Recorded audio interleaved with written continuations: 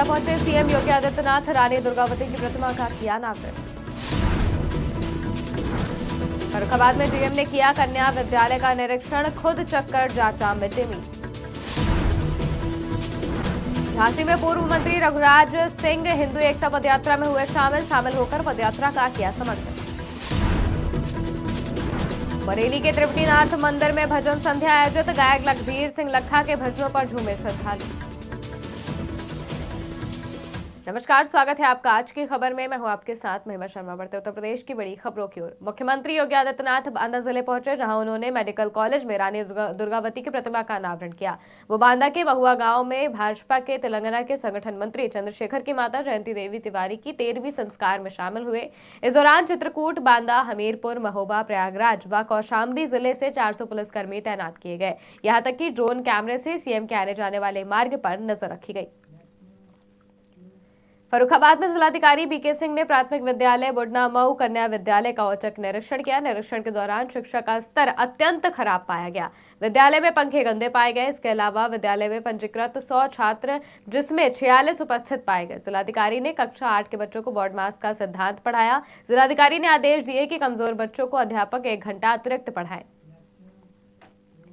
झांसी में पूर्व मंत्री व कुंडा से विधायक रघुराज प्रताप सिंह उर्फ राजा भैया ने बांग्लादेश में हिंदुओं पर हो रहे हमलों पर चिंता जताते हुए उन्होंने कहा है कि बांग्लादेश के हालात बद से बदतर हो रहे हैं। साथ ही संभल हिंसा को दुखद बताते हुए राजा भैया ने कहा कि अब वहां हालात सामान्य हो रहे हैं।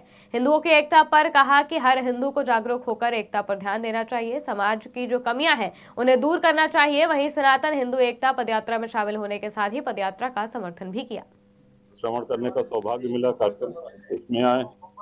नहीं, संभल हिंसा में तो देखिए प्रशासन जो काम कर रहा है, अब शांति बहाल हो चुकी है। जितना हमको जानकारी है स्थितियां सामान्य है। देखिए कोई भी हिंसा कहीं भी होती है वो दुखद है। कि उनका क्या कहना है वो उनके दल के किसी नेता से पूछे, हम कोई उनके प्रवक्ता नहीं है।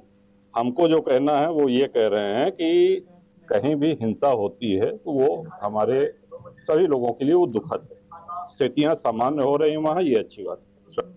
बरेली में भजन सम्राट लखबीर सिंह लखा का भजन संध्या त्रिवेणीनाथ मंदिर में आयोजित की गई, जिसमें भक्तों ने उनके गानों पर झूम उठे। इस अवसर पर लखबीर सिंह लखा ने मां दुर्गा, भगवान भोलेनाथ और बाबा श्याम का गुणगान किया। इस कार्यक्रम का आयोजन श्याम सहारा सेवा समिति द्वारा किया गया था। समिति के प्रधान सत्यप्रकाश सत्यम ने बताया कि लखबीर सिंह लखा का बरेली से एक विशेष प्रेम है और वो जल्द ही फिर से बरेली आएंगे। महोबा जिले में पीएसी में तैनात सिपाही का एक वीडियो सोशल मीडिया पर वायरल हो रहा है। फतेहपुर पुलिस से न्याय न मिलने पर सिपाही ने अपनी आपबीती सुनाई। सिपाही का कहना है कि वो फतेहपुर जिले के अमौली कस्बे में एक शादी समारोह में गया था, जहां चोरों ने उसकी बाइक चुरा ली। सिपाही ने बाइक चोरी की शिकायत संबंधित थाने में की थी। 1 सप्ताह बाद बड़ी मुश्किल से पुलिस ने केस दर्ज कर लिया, लेकिन उसके आगे की कोई कार्रवाई नहीं की। मेरी बाइक खो गई है 9/11/2024। मेरी बाइक भैया लेके शादी में गए थे। डिस्ट्रिक्ट फतेहपुर के कस्बा अमौली से चोरी हुई है। बाइक का नंबर है UP 78 HF 9953। Red flag HF deluxe bike है।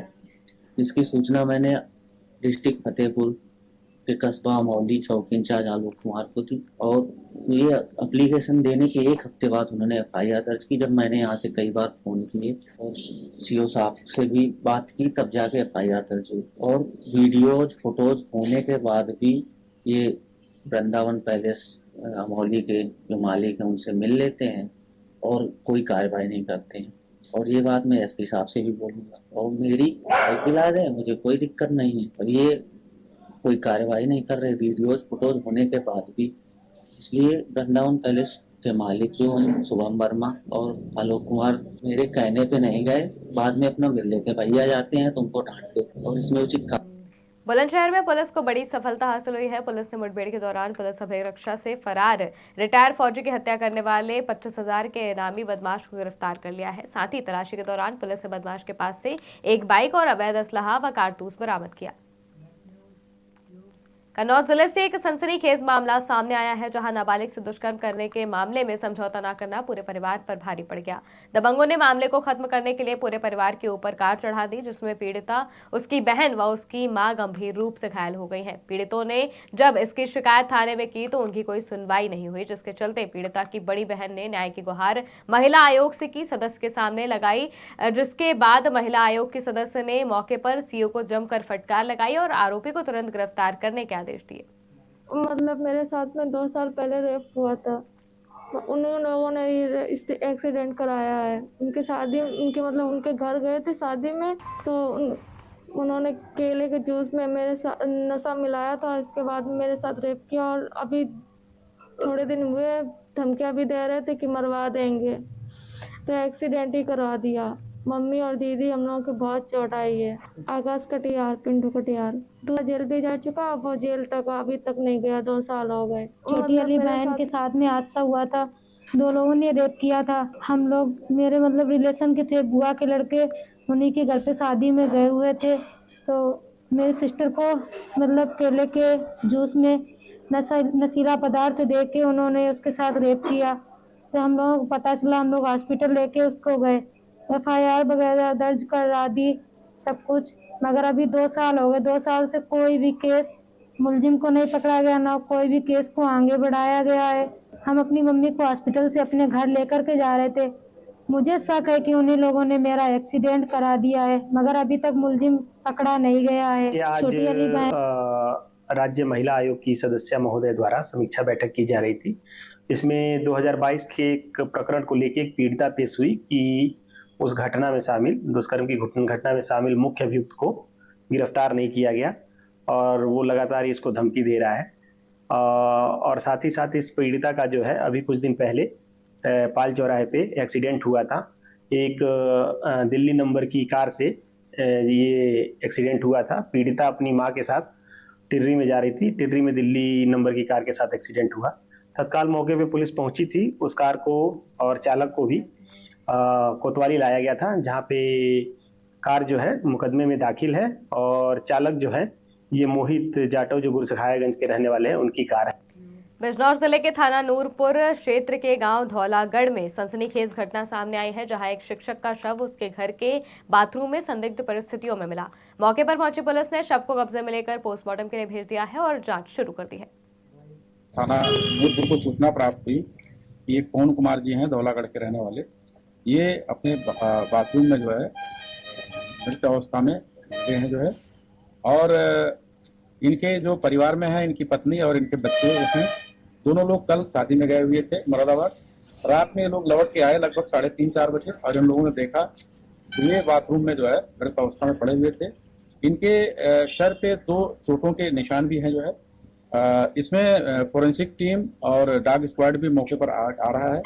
हम इसके साथ अधिकारी गणों के साथ मौके के इसका सभी लोग निरीक्षण किए हैं और इसकी सभी पहलुओं से जांच की जा रही है।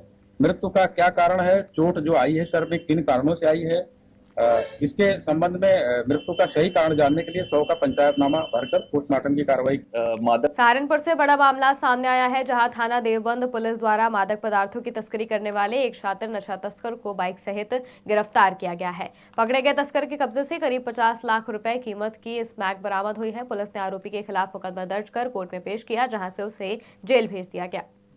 मादक पदार्थ की तस्करी करने वाले एक अभियुक्त को गिरफ्तार किया चेकिंग के उपरांत, जिसके कब्जे से 338 ग्राम स्मैक बरामद हुई है और जिसकी अंतर्राष्ट्रीय बाजार में कीमत करीब 50 लाख रुपए बताई जा रही है।